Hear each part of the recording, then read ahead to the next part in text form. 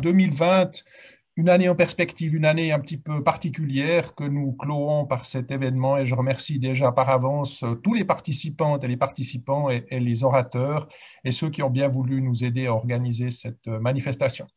Alors, une année en perspective, écoutez, oui, à l'agenda 2020 de la SVM, on avait nos problèmes habituels, les coûts de la santé. Vous savez que depuis maintenant 2 ans, on essaye de faire des propositions, disons, qui soient des alternatives à toutes les menaces sur la pratique de la médecine qui se font jour maintenant par des initiatives, par des textes parlementaires. Ensuite, vous avez vu que depuis 2 ans, on a débusqué que les primes étaient basées sur des estimations qui n'étaient pas réalistes et nous avons demandé avec force que le calcul des primes soit désormais basé sur des coûts réels et transparents. Alors, il y a tout un travail qui a débuté et on aura l'occasion d'en reparler. Puis enfin, on avait décidé de mettre l'accent sur les médecins praticiens puisque l'intervention TARMED de 2018 a eu des conséquences importantes pour ces médecins praticiens.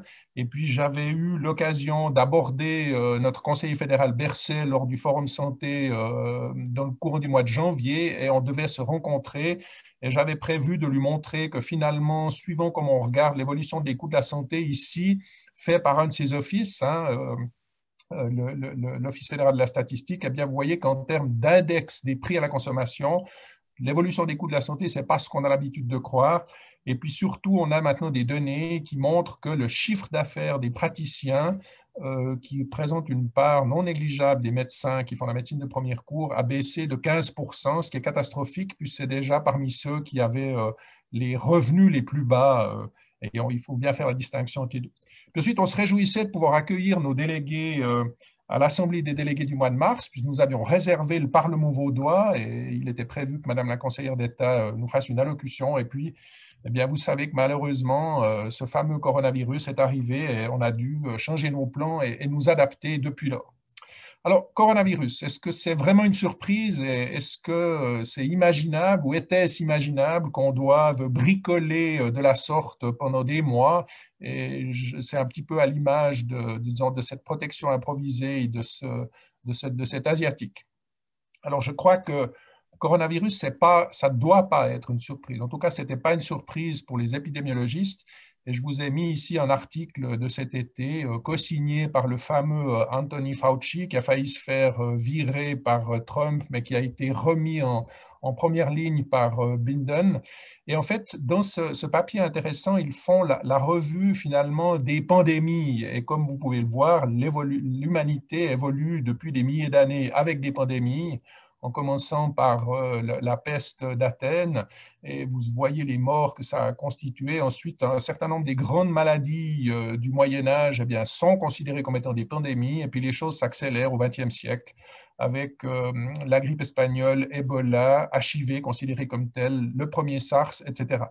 Et puis, comme vous le savez, eh bien, je veux dire, on est maintenant dans une vraie pandémie. Alors, la question à se poser, c'est pourquoi ce tsunami? On va reparler de deuxième vague, mais comme vous pouvez voir en bas à droite, au niveau mondial, on a de la peine à distinguer les vagues et on a plutôt l'impression d'une augmentation continue du nombre de cas. Alors, manière un peu originale de le faire, j'ai décidé de consacrer quelques minutes à la physiopathologie, puisque je pense que si on regarde et on essaye de comprendre la physiopathologie du coronavirus, ça nous donne quelques clés de lecture, à la fois de l'épidémiologie, des outils qui sont maintenant utilisés et des futures perspectives de maîtrise de ce coronavirus. Alors, physiopathologie, ça, tout le monde connaît maintenant bien. Donc, on a un coronavirus qui se fixe sur des récepteurs à l'angiotensine 2.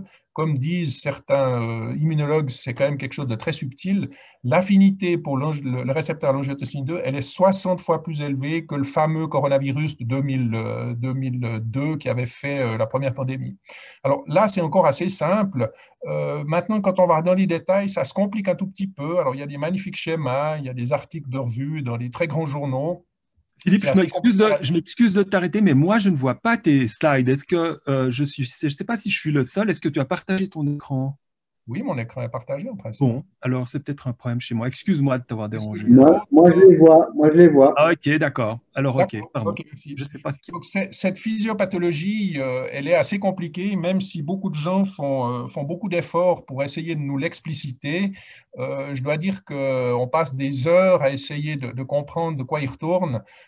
Ça reste un petit peu compliqué. Alors, j'ai décidé de faire appel à quelqu'un de beaucoup plus intelligent que moi, le professeur Alain Fischer, qui a donné sa leçon d'adieu du Collège de France le 18 juin 2020. J'ai découvert ça en faisant mon jogging. J'aime bien faire du jogging utile et écouter des choses qui me cultivent un peu.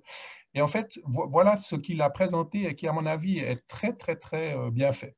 Alors, ça, c'est la dynamique de notre réponse immunitaire. Alors, on a une réponse innée immune suivie d'une réponse adaptative au bout de 7 à 10 jours.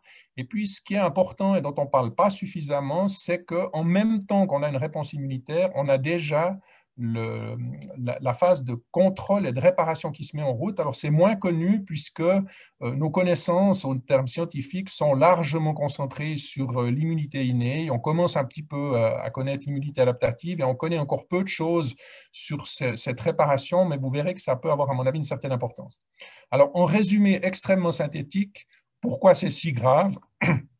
Eh bien, c'est grave parce que par de multiples voies, l'infection à coronavirus, en fait, est responsable d'une altération de la réponse immune primaire qui est médiée essentiellement par les interférons.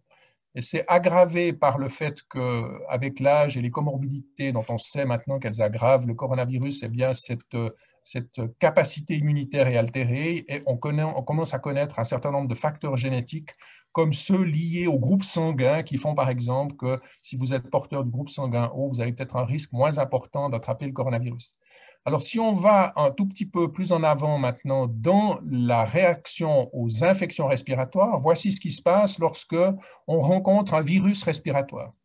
Eh bien, lorsqu'on rencontre un virus respiratoire, si vous voulez, on a une activation de la réponse immune de première ligne qui passe essentiellement par beaucoup de production d'interférons.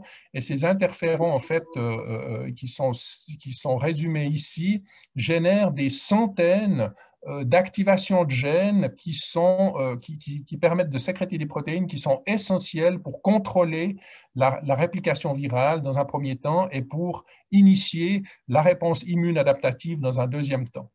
Alors, ce qui se passe avec le coronavirus, c'est que le coronavirus ici, et vous avez ici un certain nombre d'actifs de gènes activés avec des virus respiratoires, et vous voyez ici que le coronavirus, il est capable d'inhiber cette réponse de sécrétion, enfin de production, d'activation des gènes induits par les interférons, ce qui fait qu'en cas d'infection par coronavirus, vous avez une atténuation extrêmement importante de la sécrétion d'interférons, donc de cette réponse qui permet le contrôle virologique, et vous avez au bout d'une semaine eh bien, la réponse adaptative qui se fait, mais qui est anormale, comme on va le voir, et comme cette réponse adaptative est anormale, c'est ce qui explique la phase un peu cataclysmique de la maladie chez les gens qui sont à risque.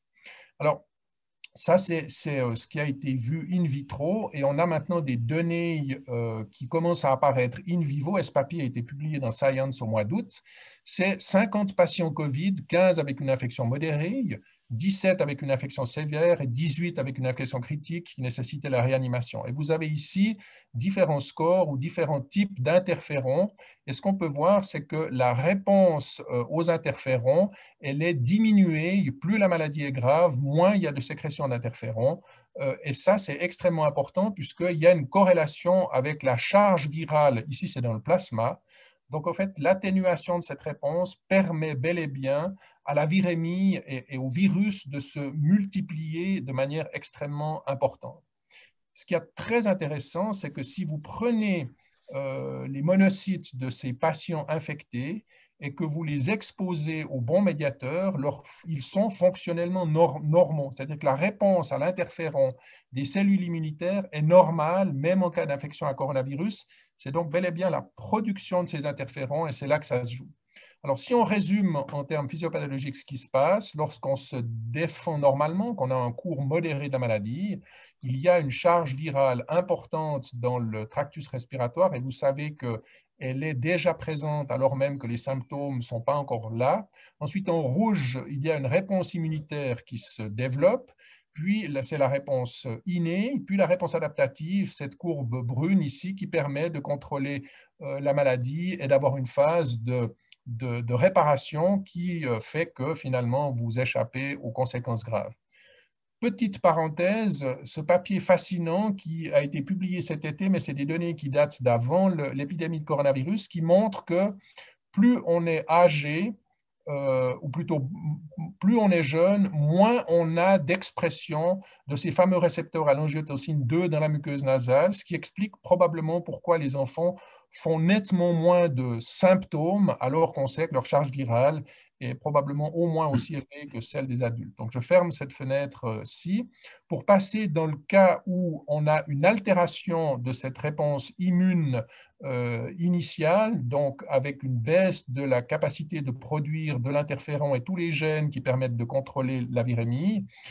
Ça projette dans cette phase de dysrégulation immunitaire et la réponse immunitaire adaptative, elle n'est pas bonne. Elle n'est pas bonne comme c'est mis ici et on a des espèces de boucles d'activation, d'hyperactivation et on a cette fameuse tempête cytokinique qui fait ces atteintes multisystémiques caractéristiques du COVID sévère. Et c'est important puisque probablement que cette réponse altérée depuis la phase immune initiale jusqu'à la phase tardive explique pourquoi la phase de réparation, la recovery phase, n'est pas normale. Et ça explique probablement pourquoi les malades du COVID, un certain nombre d'entre eux, font des symptômes et des manifestations encore plusieurs mois après avoir fait l'infection aiguë. Alors, cette physiopathologie, elle est importante pour comprendre la maladie, elle est aussi importante pour comprendre quelles sont les pistes thérapeutiques. Alors ici, encore une fois, résumé, la phase normale ici, avec une bonne réponse immunitaire, beaucoup d'interférons, et vous avez une réponse immunitaire adaptative qui est efficace, peu d'inflammation systémique, de la réparation et en survie. Et ici, vous avez ce qui se passe à cause d'une altération initiale de la réponse immunitaire, et vous avez ici les pistes thérapeutiques. Alors, vous savez qu'on n'a pas encore d'antiviraux efficaces. Les anticorps neutralisants, il y a quelques firmes maintenant qui se sont mis, à quelques centres qui se sont mis à produire des anticorps monoclonaux, c'est prometteur. Et puis, il y a des essais en cours pour donner de l'interféron, en particulier par voie respiratoire, ce qui est assez compliqué parce que c'est des molécules potentiellement toxiques. Puis après, une fois qu'on est au stade avancé, eh bien, on est en train de chercher des anti-inflammatoires. Alors, les stéroïdes, on sait que ça marche. Et puis, tous les autres antimédiateurs, ben, écoutez, on a 30 ans d'expérience dans le choc septique et on sait qu'il n'y en a pas un qui marche. Donc, disons, il est peu probable qu'on ait dans les semaines ou dans les mois à venir quelque chose qui permette de médier efficacement, en fait, et d'atténuer cette réponse immune qui est délétère depuis le départ. Alors, retour à la réalité. Qu'est-ce que nous a dit le directeur de l'OMS? Ben, écoutez, testez, testez, testez. Vous savez qu'on a eu un petit peu de peine à le faire. Que nous dit Didier Pittet depuis le début? Écoutez, désinfectez-vous les mains, désinfectez-vous les mains, plus d'autres messages sur lesquels il va insister. Et puis, eh bien Bertrand Kieffer, avec son groupe derrière, et Médecine et Hygiène et Planète Santé, il a sans arrêt joué un rôle important en nous disant, mais prenez un peu de recul, regardez, faites attention aux conséquences sociales aussi de cette maladie.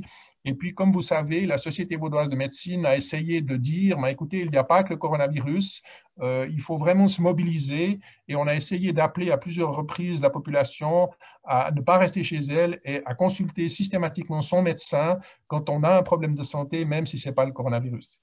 Alors, je dois dire que quand on regarde la situation au mois de décembre, on est un petit peu déçu puisqu'on a l'impression qu'on n'est pas tout à fait sûr d'avoir réussi à viser tout à fait juste pour lutter contre ce coronavirus.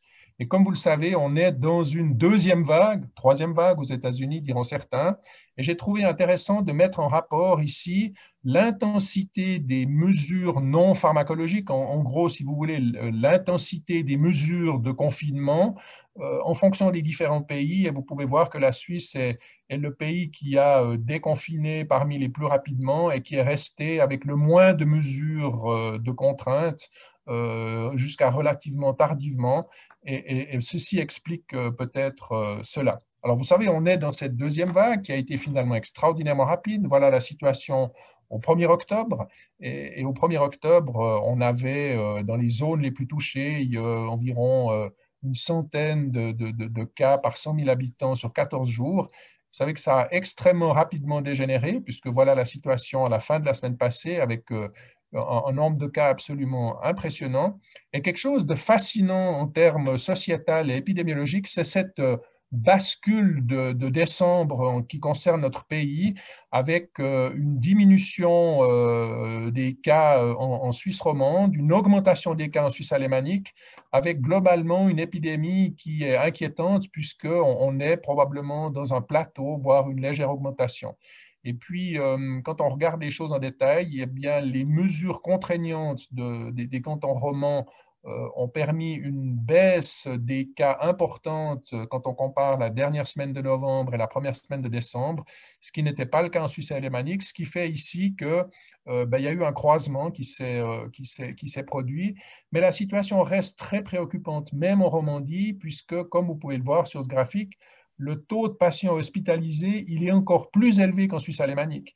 Et nous avons dans nos hôpitaux, nous sommes encore en surcapacité, et ça marche parce que il y a à peu près 110% de taux d'occupation des soins intensifs par rapport à la dotation normale et environ 150% pour les services de médecine.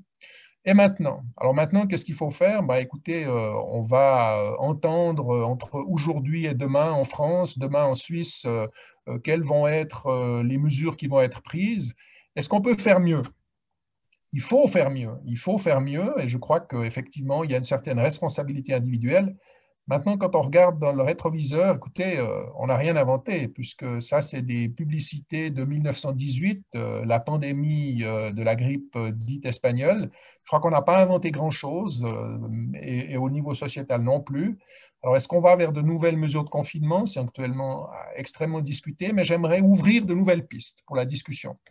Et ici, on a quelques épidémiologistes qui suggèrent qu'on pourrait changer le paradigme du testing actuel et que ici, si on faisait du testing répété de larges populations, en isolant bien sûr les positifs, on arriverait probablement dans ces modèles théoriques à éteindre une épidémie en l'espace de quelques semaines, pour autant qu'on fasse un effort massif de testing. Vous savez que c'est un peu ce qui a été fait dans certains pays asiatiques.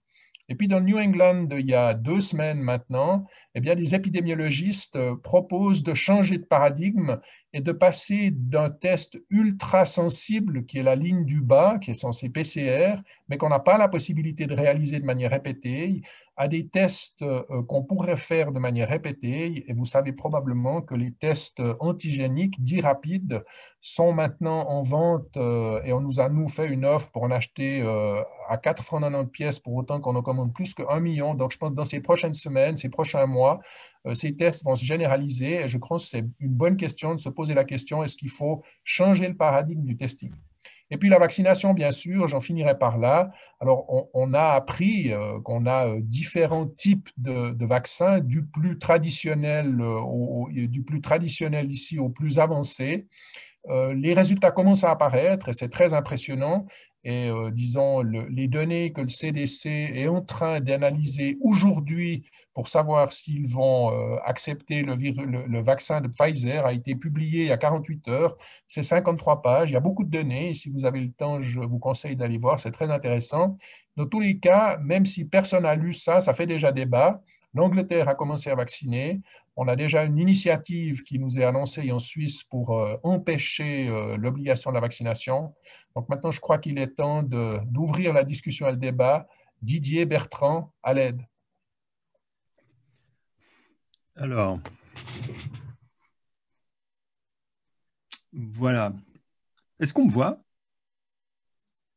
Voilà. Voilà. Merci beaucoup, Philippe. Hein. C'est vraiment très clair ta manière de présenter ça. Je dois dire, même moi, j'ai compris. Je ne sais pas, peut-être même Madame Michu, tes explications des mécanismes physiopathologiques, moléculaires étaient vraiment, vraiment très bien faites et claires. Tu as vraiment un don. Alors, je vais passer la parole à Didier Pittet. Vous savez, il y a 2 Didier qui comptent hein, dans le Covid, un peu comme une figure de Janus. L'autre, c'est le savant de Marseille. Et puis Didier Pittet, lui, qui est notre savant à nous, notre savon, pardon, savon de Marseille, et nous, notre savon, enfin, vous voyez ce que je veux dire. Vous savez, c'est un infectiologue extrêmement formé, qui a énormément investi dans le lavage des mains à propos des infections nosocomiales en particulier, qui a été globe-trotter pour l'OMS pendant des années, actuellement qui est un peu coincé entre la Suisse et la France. Et je pense du coup qu'il n'a pas grand-chose à faire, mais voilà, on est très content de l'accueillir. Et puis, alors, je vais peut-être lui passer la parole. Je ne le vois pas live, ce serait bien qu'il active sa caméra. Je ne sais pas si les autres le voient. Et puis son micro aussi. Pour moi, il est éteint, le micro de Didier Pittet. Bah, il nous dit qu'il a eu un problème, que son ordinateur s'est éteint. Alors, je pense qu'il est en train de se reconnecter. Ok. Mais peut-être alors, dis-nous en plus, toi, Philippe, comment est-ce que tu vois le rôle des médecins praticiens maintenant, en particulier avec ces tests rapides qui arrivent là qu'est-ce qu'ils vont faire? Comment tu vois ça? Alors, je pense que c'est une avancée, puisque, disons, ce qu'on sait, c'est qu'ils sont extrêmes, enfin, ils ont une bonne sensibilité au début de la maladie. Quand les gens font des symptômes, c'est là qu'on a le pic de charge virale, et là, ils ont une sensibilité qui est de 90%, c'est équivalent au test PCR. Donc, en fait, pour des patients qui développent des symptômes et qui ont des symptômes depuis peu de jours, c'est très efficace. Et je pense que les médecins qui souhaitent le faire et l'utiliser, ben, je pense qu'il faut le faire parce que vraiment, c'est un outil qui est utile et qui permet de convaincre les gens qu'il faut se mettre en quarantaine, qu'il faut s'isoler. Et puis, ça permet aux médecins de suivre le patient et de lui donner des conseils. Après, une fois qu'on a passé la phase aiguë, la sensibilité, elle est moins bonne. Et quand on teste les gens, quand ils arrivent à l'hôpital, quand ils sont en détresse respiratoire, la sensibilité, elle est plus que de l'ordre de 50% parce que la charge virale a diminué. Puis comme je vous l'ai montré, on est dans une phase où en fait, c'est autre chose qui domine. Ouais. Donc je Mais pense enfin, que la sensibilité est bonne au moment important, on peut dire, c'est quand même plus soluble. Et puis le prélèvement se fait comment?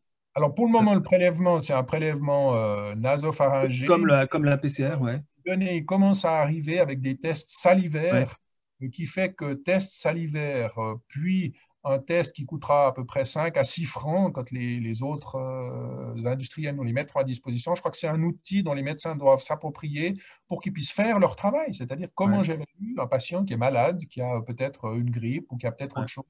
Et je Ouais. crois qu'on doit maintenant, on a rationné les masques, on a rationné les tests, on a rationné plein de choses, l'information, le tracing, et maintenant, il faut qu'on arrête de rationner. Et je pense qu'on doit donner encore une fois aux médecins les moyens de faire leur travail et qu'on doit on doit leur permettre de prendre en charge leurs patients de manière individuelle. Ce sera remboursé comment, ça? C'est déjà prévu? Pour le moment, il y a 2 tests qui sont remboursés, le Abbott et le Roche. C'est la Confédération qui les distribue, ils sont remboursés. Mais probablement que les autres obtiendront Et le médecin, lui, il est rémunéré comme pour Voilà. comme s'il Oui, fait il y a un PCR. forfait pour la réalisation de ces photos. Voilà, nous avons retrouvé Didier Pittet. Voilà. Voilà. Excusez-moi. Ouais. Bon, Didier, j'ai dit 2, 3 gentillesses sur toi. Euh, mais bon, et peut-être. Ça suffit pas. Hein. Pardon? Ça ne suffit pas. Oui. Donc, on est très ému d'avoir une star parmi nous. Non, non, il n'y a pas de star. Et, qu'est-ce que, peut-être, tu réagis comment à ce que tu as entendu de Philippe? J'ai trouvé très clair, il a abordé beaucoup de sujets. Est-ce qu'il y a quelque chose là qui te titille particulièrement? Alors, moi, je pense que Philippe a abordé beaucoup de sujets. Il a abordé notamment par rapport au coronavirus le sujet des tests.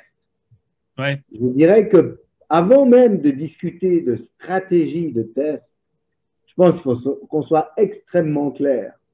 En Suisse, on a absolument insuffisamment testé, et ceci depuis la fin du mois de juin en tout cas. Tout l'été, on a eu insuffisamment de tests pratiqués, avec insuffisamment de lieux pour se faire tester, avec un problème de remboursement des tests, et qui a été un énorme problème pour lequel on s'est battu pendant 2-3 mois, et ça n'est pas terminé. Et puis ensuite, et maintenant surtout, on se retrouve avec une population qui a beaucoup de peine à venir se faire tester. Je m'explique, pour suivre l'épidémie, pour être capable de bien comprendre ce qui se passe dans la population, on doit vraiment avoir la notion que ce virus est hyper endémique. Au jour d'aujourd'hui en Suisse, les estimations qu'on a faites, c'est que pour un cas qu'on diagnostique, qui se fait tester, qui est contrôlé positif, il y en a au moins 2 qu'on ignore complètement. Et puis quand on regarde le taux de positivité de ces tests sur la Suisse, il est extrêmement élevé puisqu'il est aujourd'hui entre 17 et 20, 22%, et qu'il n'y a aucun canton qui est en dessous de 11%, et que certains cantons sont montés jusqu'à 60%. Or, pour être dans une zone de sécurité, on devrait être entre 1 et 2%, et on devrait s'alarmer lorsqu'on atteint 5% de positivité. Donc, on est 10 fois trop élevé aujourd'hui. Voilà. Alors, je pense que avant de discuter de stratégies plus complexes avec d'autres tests, je pense qu'il faut bien réaliser, aujourd'hui, le Suisse ne se fait pas assez tester. Didier, je vois là dans les questions du chat, les médecins se mettent du côté des patients et voient où sont les réticences des patients. En particulier, il y a le fait que s'ils se font tester et que c'est positif, ils vont être mis en quarantaine et que pour beaucoup qui sont déjà en instabilité économique vis-à-vis de leur employeur et tout, c'est pas rien. Et tu vois ça comment? Comment est-ce qu'on fait pour améliorer ça? Parce que c'est pas simple, hein. Non. Même si le médecin est souvent poussé, mais le patient, il n'est pas forcément motivé. Oui, c'est extrêmement compliqué parce qu'évidemment, quand on pense à la maladie elle-même, c'est sûr que lorsqu'on est malade, et on souhaite cette maladie liée au Covid à absolument personne, parce que vous êtes médecin traitant, vous savez mieux que moi qu'il y a des gens qui sont très malades, y compris des jeunes. Bien entendu, ça touche beaucoup les vieux et tout, on le sait, les personnes âgées, les personnes vulnérables, mais il y a des jeunes en parfaite santé qui malheureusement vont décéder de la maladie. C'est encore assez rare, mais ça existe. Et puis il y a aussi des jeunes en bonne santé qui font la maladie banale, mais 20 à 30% font des complications long terme, qui vont de complications simples, mais quand même très gênantes, à des complications un peu plus importantes. Donc, on ne souhaite la maladie à personne. Ça veut dire qu'on doit pouvoir prévenir l'acquisition de la maladie chez un maximum de personnes. Ça veut dire que pour prévenir, il faut comprendre les chaînes de transmission. Ça veut dire que pour comprendre les chaînes de transmission, il faut les arrêter. Et pour les arrêter, il faut tester. Alors, à cette question, oui, la personne a peur qu'en se faisant tester, elle soit finalement punie d'une certaine mesure. Eh bien, évidemment, il faut répondre avec la santé publique, les soutiens économiques, le soutien de la société dans son ensemble, et c'est très important. Alors, comme vous le savez aujourd'hui, je suis amené à donner des conseils au gouvernement français. Ce qu'on a dit, c'est qu'à partir du moment où la personne allait se faire tester, le jour même où elle se fait tester, déjà le mécanisme de compensation doit avoir lieu, et qu'ensuite, elle doit évidemment bénéficier pour la société d'un isolement à la maison qui sera compensé économiquement, comme tout arrêt de travail doit être compensé économiquement, et qu'aucune sanction ne pouvait advenir chez ces personnes-là. Alors en Suisse, on n'est pas tout à fait dans la même situation, je sais. L'État français peut décider et les suites se passent. Je ne dis pas que les choses se passent mieux en France, je peux simplement vous dire que oui, il faut trouver des mécanismes pour que cet intérêt de la santé publique devienne finalement l'intérêt de tous. Et le problème, c'est qu'il y a des patrons qui ne supportent pas ça et des gens qui se font mal voir. Et puis, il y a la question qui est posée aussi, est-ce qu'il faut tester l'entourage? Alors, peut-être qu'à l'entourage, on peut éviter la quarantaine, mais au niveau du médecin cantonal, si on les teste avec ces tests, ça ne leur évite pas la quarantaine, ou bien? Alors, absolument, je pense que la stratégie doit pouvoir évoluer. Ouais. Ce que nous avions proposé, c'est évidemment la quarantaine d'emblée pour les contacts Z3 et le test au 5e jour, parce qu'évidemment, à ce moment-là, on peut rapidement libérer de la quarantaine si tant est que le test soit négatif et qu'il n'y ait pas de symptômes, bien évidemment. Mais ça résoudrait une grande proportion des problèmes. Malheureusement, au niveau fédéral, les choses sont allées extrêmement lentement. Dernièrement, il se trouve que le Conseil fédéral aurait dit que ce soit de la ressource des cantons, ce qui donne une opportunité extraordinaire pour justement modifier cette stratégie, parce que ça doit effectivement devenir une stratégie qui permet aux personnes, la plupart de celles qui seront testées, qui seront négatives, évidemment, de retourner au travail. Et c'est d'autant plus important dans cette phase économiquement et socialement, parce qu'évidemment qu'à la crise économique suivra, et on est déjà dedans, une crise sociale. Et je crois que ça, c'est très, très, très important, j'en conviens bien. Il y a peut-être une question plus générale, toi qui es vraiment un spécialiste, déjà quand tu motivais les gens pour le lavage des mains, on sent un problème d'adhérence de la population, d'adhérence très globalement à la science, aux experts, et puis même à des choses toutes simples comme le test, et bien sûr, après, il y aura la question du vaccin. Quel pourrait être le rôle du médecin, un praticien là-dedans? Alors, c'est très important qu'il y ait des gens comme toi, qu'il y ait Philippe, qu'il y ait d'autres qui apparaissent, mais comment on pourrait améliorer ça? Puis quel est le rôle du médecin praticien? Moi, je pense que le rôle du médecin praticien, il est absolument essentiel, et ça, je le dis depuis le début. Je regrette qu'au début de la première vague, on ait eu des difficultés pour certains médecins praticiens, je le sais, parce que beaucoup m'ont téléphoné, beaucoup n'avaient même pas de masque, même pas accès au masque. À certains, j'ai envoyé des boîtes de masques, des flacons de solution hydroalcoolique en leur disant « fais ton job, on a vraiment besoin de toi » parce que finalement, le médecin praticien, c'est celui qui connaît le mieux son patient, c'est celui qui est capable de savoir si les symptômes que présente le patient sont très différents de l'habitude, donc nécessitent une hospitalisation ou non, ou au contraire, si le patient, compte tenu de son contexte social, peut être maintenu à la maison. Mais pour ça, il faut évidemment que tout le soutien logistique soit derrière. Ensuite de ça, le médecin traitant, il peut et il doit finalement expliquer à ses patients le bien fondé des mesures aussi simples que l'hygiène des mains, la raison du respect de la distance sociale, la raison pour laquelle un patient, même de mon âge, est apparemment en bonne santé, si mon médecin traitant nous écoute, il va dire oui, il y a longtemps que je ne t'ai pas vu, mais en fait, même une personne en bonne santé ne doit pas avoir, par exemple, de contact avec ses adolescents. Moi, je ne vous cache pas qu'à la maison, pour certains le savent, j'ai 6 enfants, je n'ai pas de contact rapproché avec mes 2 derniers adolescents parce que je sais très bien qu'ils respectent les consignes comme des adolescents, je ne leur en veux pas. Donc, ça veut dire que toutes ces notions-là, aussi simples qu'elles puissent paraître, il faut les enseigner à vos patients. Comment vont-ils passer les fêtes de Noël? Il faut leur donner les consignes qui peuvent être compatibles, qui doivent être compatibles avec les consignes de l'OFSP. On entend aujourd'hui pas plus de 10, expliquez-leur pourquoi, pas plus de 2 ménages, expliquez-leur pourquoi, est-ce qu'ils peuvent avoir un 3e ménage sous certaines conditions, expliquez-leur que probablement, éventuellement, mais expliquez-leur comment. Et ça, je pense que c'est essentiel. Et puis finalement, vous l'avez compris, on va arriver au vaccin, et puis là aussi, on aura besoin de vous. On va peut-être en discuter tout à l'heure, mais on aura vraiment besoin des médecins traitants. Philippe, juste ton avis, c'est quand même pas facile pour le praticien parce qu'il y a on ne peut pas dire qu'on est des foudres de guerre du côté de l'OFSP ou d'autres pour aider à la communication. Donc, il y a énormément qui repose sur les épaules des praticiens et puis il a déjà bien d'autres choses à faire. Comment il peut se débrouiller là-dedans Il y a énormément de questions finalement maintenant et les gens sont un peu perdus. C'est pas simple. Je crois qu'on a été omnubilé pendant la première vague. On l'est maintenant aussi un tout petit peu par la partie hospitalière, qui est certes sérieuse, mais c'est vraiment que la toute petite pointe de l'iceberg. Il y a beaucoup de gens malades chez eux, et je crois qu'on doit vraiment remettre le médecin référent au centre. Et c'est pour ça qu'on a lancé cette campagne en disant, vous avez n'importe quel problème, contactez votre médecin, mais il faut donner au médecin les moyens de faire son travail, c'est-à-dire qu'il faut lui donner accès à l'information, comme a dit Didier, le médecin, c'est lui qui doit éduquer son patient, qui doit lui donner les conseils, qui doit le suivre.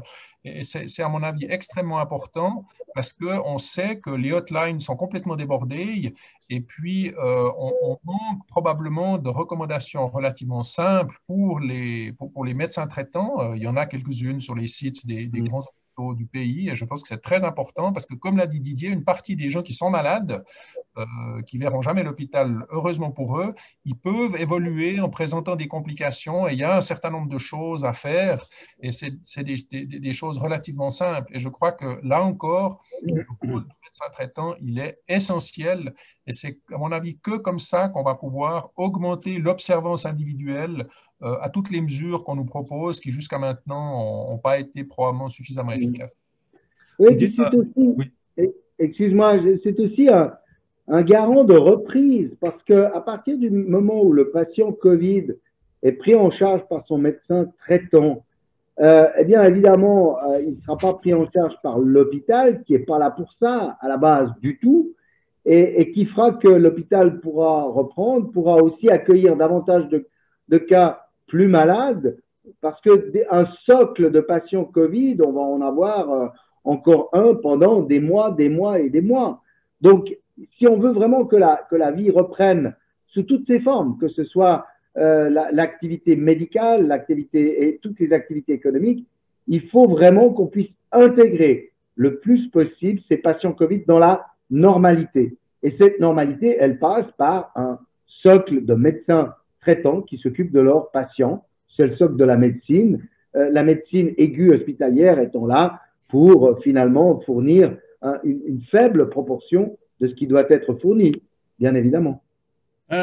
Peut-être on approche maintenant du terme, et j'aimerais juste préciser, parce que Philippe me l'a dit à tout le monde, qu'il y aura une autre séance de la SVM, je ne sais pas exactement dans quel délai, consacrée essentiellement aux vaccins, parce qu'il y a beaucoup de questions sur les vaccins, c'est un énorme domaine, et consacrée, je pense aussi au Covid d'une manière plus générale, Covid et médecins. Tu me confirmes, Philippe? Oui, je pense que c'est quelque chose qu'il faudra faire. Non, c'est juste pour pas qu'il y ait de frustration. Je pense qu'il faudra la faire assez rapidement. Mais j'ai quand même une question à Didier à ce propos. J'ai plusieurs confrères médecins qui se sont infectés, dont certains assez fortement au début mars, peut-être par des fortes charges virales. Ça compte, hein, la charge virale.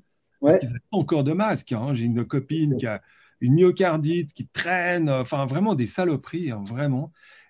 Mais alors, d'abord, hein, qu'est-ce que tu sais des contaminations de médecins? Est-ce qu'il y a des bêtises qu'on fait fréquemment? Et l'autre chose, à ton avis, quel est l'ordre de priorité des médecins, en particulier des médecins, mais des soignants, mais quand même des médecins, dans le programme vaccinal maintenant? Alors, on dit d'abord les vieux, enfin d'abord les personnes âgées, pardon, et ensuite d'abord les vieux médecins, on pourrait dire, ensuite, il y en a qui consultent jusqu'à...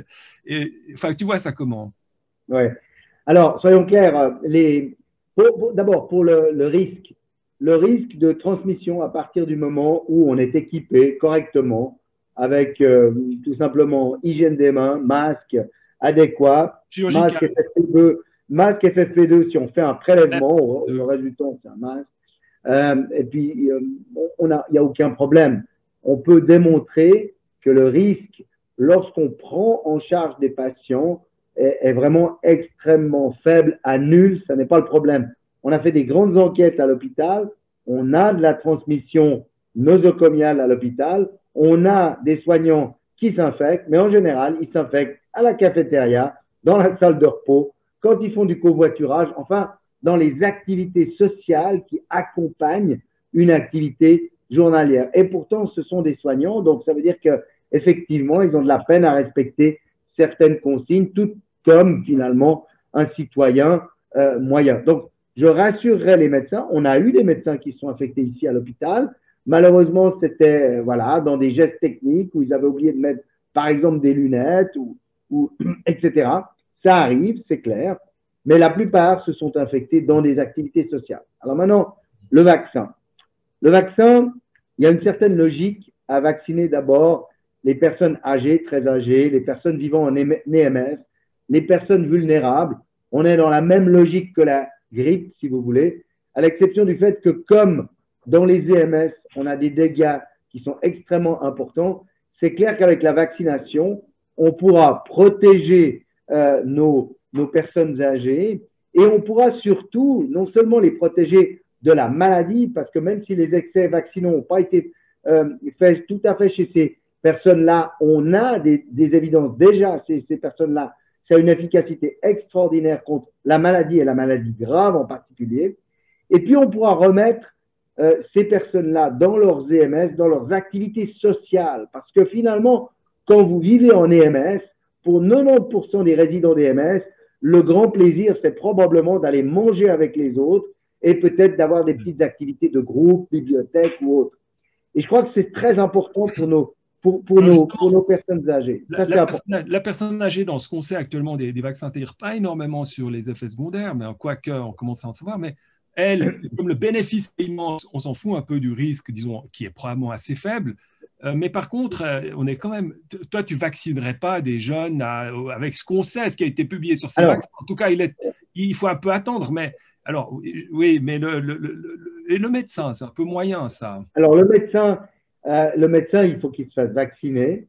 En particulier, les médecins qui sont en pratique, des bons vieux médecins de pratique de ville, parce qu'en fait, effectivement, c'est compliqué de pouvoir imaginer de se protéger en permanence, même dans nos activités de tous les jours. Et puis parce que effectivement, aujourd'hui, les résultats de l'efficacité du vaccin sont absolument spectaculaires. Alors, c'est un vaccin qui est immunogène, donc on va avoir des fièvres, on va avoir des réactions. On a entendu d'ailleurs que sur les premiers cas en Angleterre, les personnes qui sont allergiques devraient probablement les personnes très allergiques devaient probablement s'abstenir pour l'instant. Ouais. Mais d'ici à ce que le vaccin arrive en Suisse pour les jeunes personnes actives, on aura une montagne d'informations. Vraiment une montagne d'informations qui sera certainement rassurante. Je ne peux pas dire aujourd'hui qu'elle le sera, puisqu'on ne l'a pas, il faut être honnête. Mais elle le sera très certainement, à voir ce qu'on a vu jusqu'à aujourd'hui. Puis n'oublions pas qu'on aura d'autres vaccins qui vont arriver en Suisse.